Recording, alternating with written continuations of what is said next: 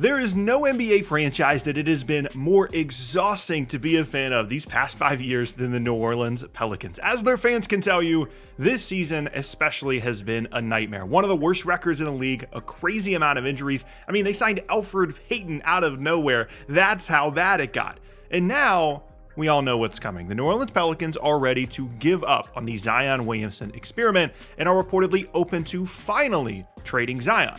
But this is an extremely complicated situation. The talent of Zion is still as undeniable as it was when he was the consensus first overall pick in the 2019 draft, and the Pelicans don't want to just give him up for nothing. But given his injury history and his contract, are there really any teams out there that would give up value just for the hope that he could finally stay healthy? Well, actually, I think so. Because of the way his contract works, there is a real possibility that the Pelicans trade Zion Williamson within the next month, which makes right now the crossroads moment between the Pelicans and their young star. Star? Is that the right word? Probably not.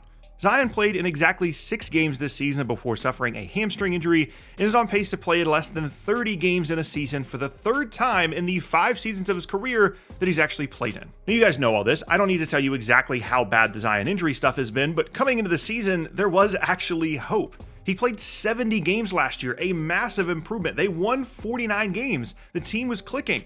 They had young talent, defense, depth all over the place. There were places they needed to improve. Everything didn't fit together perfectly, but there was a path. They saw what it looked like with healthy Zion at the center of this team. And of course, he got hurt for the playoffs. But then coming into this year, Zion was in the best shape of his life. Everything looks great. People are genuinely excited about what the Pelicans could be. At the beginning of the season, there was no real possibility that they were going to trade Zion. The conversation was all about Brandon Ingram, his expiring contract going into 2025 free agency, their inability to trade him in the offseason. That's where all the conversation was. And now 6 games, Zion's gone. It's a complete disaster. And that is the Zion experience.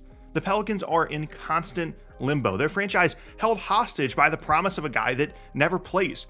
He's played in less than half of the NBA games he's had the opportunity to play in since he was drafted. And I really can't blame the Pelicans for finally being at their breaking point and wanting to move on with their lives. But with how bad all of this is there another team in the league that's actually going to sign up for that? It might come as a surprise, but yeah, I actually think there's a real possibility. First, we have to talk about the mechanics of a Zion trade. How would this actually work? Because the real concern here is it's a guy that's hurt all the time that's on this massive contract, and NBA teams now more than ever don't want bad contracts on the books because of the way the CBA works. But if you look at Zion's contract, and this has been reported on, there are stipulations put in there on weight and games played. This wasn't a typical rookie scale max or close to max extension where he just gets all of the money fully guaranteed like most NBA contracts work. He hasn't currently met the criteria for games played, so his contract is no longer fully guaranteed, which basically means the Pelicans could cut Zion and not be on the hook for the money. This is extremely rare in the NBA. In the NFL and other leagues, contracts are not always fully guaranteed. You have the ability to get out of them and not have to pay the entire salary, but typically in the NBA, 99% of cases, especially big contracts, these are fully guaranteed numbers. So to have the opportunity to just completely get out of this is really surprising. But the Pelicans are probably going to look first at trying to get value for him in a trade if they've actually given up on him rather than just cutting him outright. Now, in terms of the guarantees themselves, there is a timeline on this. This year, if Zion is cut before January 7th, his contract becomes non-guaranteed. In the offseason, if they cut him before July 15th, his contract becomes non-guaranteed. Now, he can earn the guarantees back, but right now the Pelicans have a window where they can basically use Zion as an expiring contract now or in the offseason. And this makes it much easier to trade for and easier for the Pelicans to actually get value out of Zion. But first, let's look at these 3 straight selections I've gotten correct on the sponsor of today's video, Prize Picks. And in these selections, I really like to use these free squares that Prize Picks offers. You can look at this last one. I did the NBA Cup plus a free square with the NFL. You can mix and match sports. And coming up, of course, on Christmas Day for the NBA, Prize Picks has a free square for you. If Jokic scores a single point on Christmas Day, that is a free square selection to add. And like I said, you can add football stuff. There's just all kinds of sports going on as we get closer to Christmas through the holidays. There's so much stuff going on. And you can use that free square in combination with my my code SPORTING, and you click the link in the description to get an instant $50 when you play your first $5 lineup. And there's all kinds of other promotions as well. It's Pickmas right now, so they've got all kinds of promos coming out every single day. Live squares, Flex Fridays, Taco Tuesday, all kinds of stuff going on Prize Picks. So use code SPORTING, click the link in the description for $50 instantly when you play your first $5 lineup. Use that Nikola Jokic free square, and thank you again to Prize Picks for sponsoring this video. There's 3 different scenarios in which a team could trade for Zion. One, they could trade for him on a longer timeline, kind of thinking that eventually he's going to get healthy. Maybe he's going to be the missing piece star for a team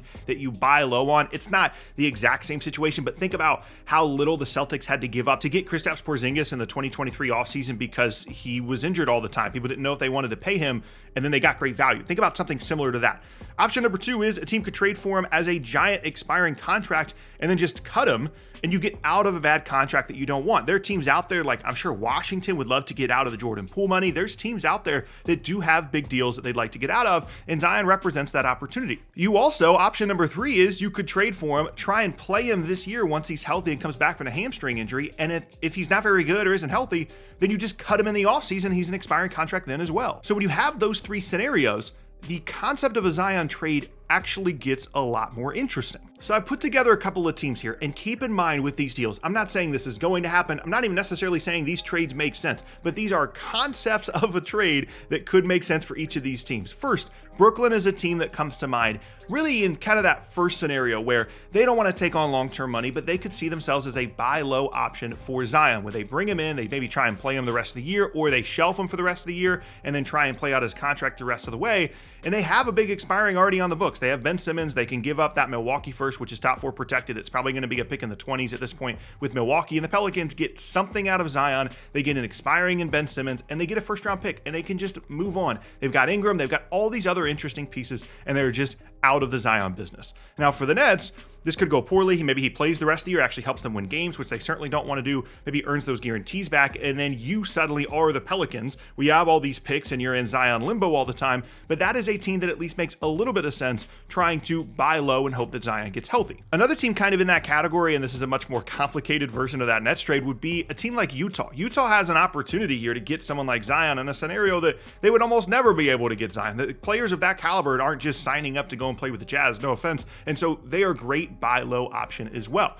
The Jazz would get Zion, the Lakers would get Colin Sexton, the Nuggets would get D'Angelo Russell, and the Pelicans would get basically a bunch of contracts, a second-round pick, and then John Collins, who's been really, really good this year for Utah, might actually fit what the Pelicans want long-term around a roster that is much more ready to win now than whatever Utah has. The Lakers seem to have been targeting Colin Sexton in trades as well to replace D'Lo, and then the Nuggets just get some kind of perimeter help. It's not Zach LaVine, but it's somebody to try and help Denver. Again, not saying this would happen, but it makes sense for a couple of the teams. Another team that might be willing to take a long-term risk on Zion would be the Hornets. Zion goes there, and the Pelicans get back Miles Bridges and Micic is really just there for salary. Bridges, obviously, it's a risk for a variety of reasons. I don't even really want to put him in the video, but it's a trade that made sense. And the Pelicans get a player that actually plays and is good in exchange for Zion, which again helps him. It's kind of in that John Collins kind of category. A couple of other teams here. Minnesota maybe looks at getting rid of Julius Randle, bringing in Zion. They give up a couple of assets. I know Minnesota doesn't want to give up Terrence Shannon. I understand that, but I wanted to give the Pelicans some kind of value here because Randle is likely leaving at the end of the year,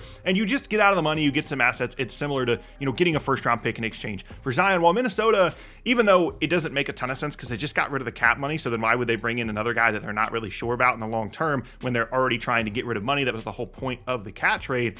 It still is intriguing to replace Randle with what Zion could be. Last step here, San Antonio could be interesting. They give up Harrison Barnes, Zach Collins, a couple of other contracts, and a first via Charlotte in exchange for Zion. That Charlotte first is lottery protected, so it's probably not going to be that great of a pick. Rolls over a couple of seconds, and it's not that big of a deal. And if Zion ever gets healthy, him and Wemby together would be a really intriguing combination. But this is the framework of trades that would possibly make sense for Zion. Now, would any of these teams actually say yes to this? Would the Pelicans actually say yes to this? It's unclear, but these are real possibilities. If the Pelicans wanted to, they could trade Zion within the next month. It is a real, legit possibility. But will they? As much as we get reports that they're willing to trade him, are they willing to trade him for this, or are they willing to trade him for a bunch of stuff that they're just not going to get? As healthy as it would probably be to just trade him away, get something, re-sign Ingram, move on, this is the trap of Zion. This is where the Pelicans have been from the moment that they drafted him. They know how good he could be. They don't want to be the team that gave up on Zion, then he's awesome for the next 5 years, so they don't want to just give him up for nothing or basically nothing. But no team out there right now wants to take a big risk by giving up a lot of stuff. So the Pelicans are the team that has to keep taking the risk. And whether they do or don't trade Zion, the craziest part of all of this is that this isn't even the Pelicans' fault. It's all just injury stuff. It's all Zion not being able to stay healthy. Yes, maybe they could have done some other things to help him, maybe the training staff, whatever the case may be. But overall, it has made sense this whole time for them to keep Zion. They have this unbelievable talent that if he could ever just play like he did last year, they won almost 50 games last year, which is very difficult to do in a tough Western Conference. It had happened, one, because the team got better, they have a ton of depth, but also Zion played 70 games. And anytime you're looking at that a couple of months ago, where you were going into the playoffs before Zion got hurt, to then just immediately give up on that for like John Collins is not a very exciting proposition if you're the Pelicans. No matter what they say publicly or privately, whatever the reports say about being ready to give up on Zion, I will believe it when I see it.